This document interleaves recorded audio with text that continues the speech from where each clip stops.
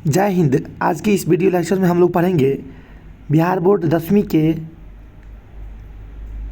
None Hindi के अध्याय 2 और इस अध्याय का नाम है ईदगाह और इसके लेखक का नाम है प्रेमचंद्र जी। तो प्रेमचंद्र के इस वीडियो लेक्चर के माध्यम से सबसे पहले प्रेमचंद की जीवनी को हम लोग ध्यानपूर्वक देखेंगे। प्रेमचंद जी का जन्म हुआ था 1880 ईस्वी में। कितने ईस्वी में? 1880 ईस्वी में। प्रेमचंद जी का जन्म कहाँ हुआ था? 1880 ईस्वी में प्रेमचंद जी का जन्म हुआ था। कहाँ पर? तो वाराणसी के लम्ही गांव में। वाराणसी के लम्ही गांव में प्रेमचंद जी का जन्म हुआ था। कहाँ पर? तो वाराणसी के लम्ही गांव में। दोस्तों आपको ध्यान रखना है। उसके बाद है सो इनकी माता का नाम क्या था? माता का नाम, इसकी माता का नाम क्या था? माता का नाम आनंदी देवी इसकी माता का नाम था। क्या नाम था? आनंदी देवी इसकी माता का नाम था। आनंदी देवी प्रेमचंद जी की माँ का नाम था। बच्चों आपको ध्यान देना है। और पिता का नाम था अजायब लाल। पिता कौन थे? पिता का नाम था अजायब लाल। अजायब लाल इनके पिताजी के नाम थे। उसके बाद इसकी पत्नी जी, दोस्तों पत्नी को भी ध्यान रखना है कि इसकी पत्नी का जो नाम था, पत्नी का नाम शिवरानी।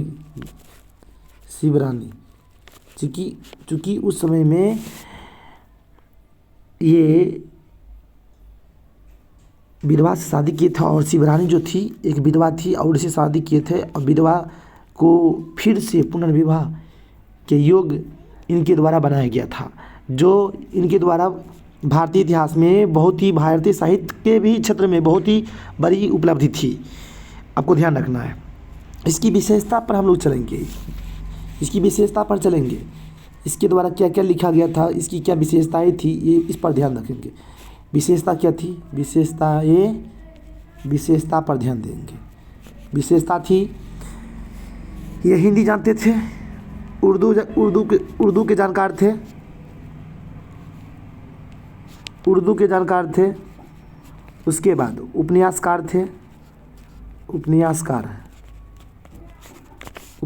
थे। उसके बाद ये भी और ध्यान रखना है आपको,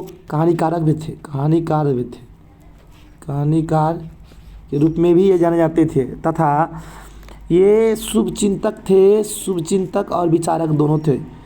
शुभचिंतक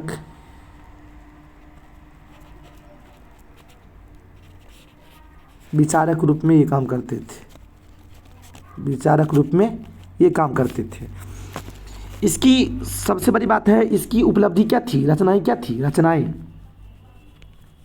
किनकी रचनाएं बच्चों? तो आपको ध्यान रखना है प्रेमचंद जी की रचनाएं। प्रेमचंद जी क्या क्या लिखे थे? पहला बहुत बड़ी उपलब्धि है इसकी गोदान, इनके द्वारा गोदान लिखी गई थी। उसके बाद कर्मभूमि। उसके बाद रंगभूमि इनकी रचना थी। उसके बाद आपको ध्यान रखना है सेवा सदन। उसके बाद ध्यान रखना है मान सरोवर। इन रचना के साथ साथ ये उपन्यास भी लिखे थे। पूस की रात इन्हीं की रचना है। ये सभी रचनाओं में इसकी सबसे बेहतरीन रचना पूस की रात मानी जाती है। और इसकी बच्चों के पर भी हमको ध्यान रखना है। इनके बच्चे का नाम क्या था? बच्चे का नाम था अमृतलाल। क्या नाम था? अमृतलाल। इनके बच्चे का नाम था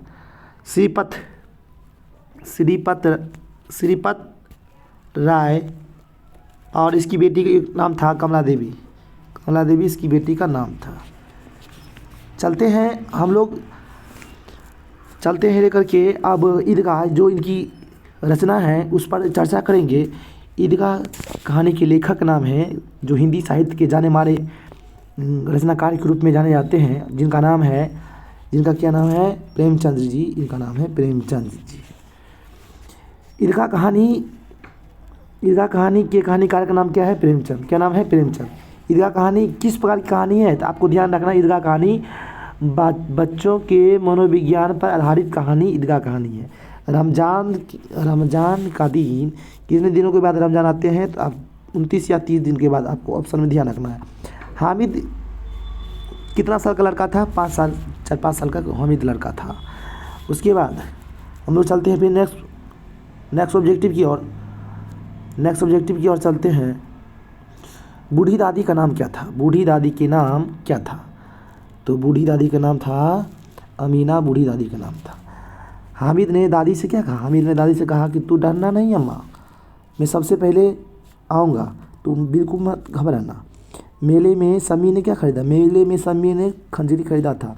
मोहसिन मेले में रेवड़िया मिठाई खरीदता है तथा उसके पास कितने पैसे होते हैं? 15 पैसे मोहसिन के पास होते हैं। कितने पैसे होते हैं बच्चों? 15 पैसे मोहसिन के पास होते हैं। अभावग्रस्त जीवन बालक के मन को, जिस बच्चों का जीवन अभावग्रस्त रहता है ना, तो वैसा बच्चा वयस्क की तरह, सियान की तरह सोचने लगता है। आपको ध्यान रखना है। हामिद खिलौने की जगह अपनी दादी के लिए क्या लाता है? हामिद खिलौने की जगह अपनी दादी के लिए क्या लाता है? चिमटा लाता है। क्या खरीदता है? चिमटा। गांव से ईदगाह कितने कोस दूर पर स्थित है? 3-4 कोस दूर पर गांव से ईदगाह स्थित है। ईदगाह वह स्थान होता है जहां पर रमज़ान के बाद लोग एकत्रित होते हैं और एक साथ सिर झुकाते हैं और खुदा से इबादत करते हैं। उस स्थान को क्या नाम बोला गया? ईदगाह के रूप में जाना गया। ईदगाह के रूप में जाना गया। हामिद के दोस्तों के नाम क्या है? महमूद है, नूरे है, मोहसिन है और समी है। मेले में हामिद क्या खरीदता है? चिमटा खरीदता है, क्योंकि रोटी सेकते समय दादी के हाथ जल जाता है, इसलिए मेले में हामिद चिमटा ही खरीदता है, बाकी कुछ नहीं लेता है। ईदगाह कहानी वंचित बचपन की परिस्थितियों के मानविक ढंग से टिप्पणी करता है। ईदगाह कहानी के प्रमुख पात्र कौन है? तो हामिद ईदगाह कहानी के प्रमुख पात्र के रूप में जाना जाता है। ईदगाह कहानी की मुख्य विशेषता क्या है? अभाव, चुनौतियाँ और बच्चों को परिपक्व बना देती है। यह ईदगाह कहानी की प्रमुख विशेषता है।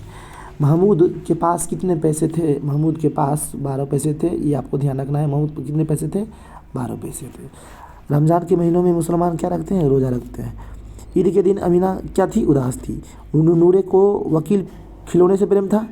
गदगद का अर्थ क्या होता है? प्रसन्न होना। गदगद क्या अर्थ होता है? गदगद का अर्थ होता है प्रसन्न होना। हामिद ने चिमटे को कई रूपों में उपयोग किया था। जी हाँ, हामिद ने चिमटे को कई रूप, इसे कंधे पर रखा तो बंदूक हो गई और हाथ में लिया तो फकीरों का चिमटा हो गया, तथा मंजीरों का भी इससे काम किया जा सकता है। हामिद ने इतनी बात कही थी।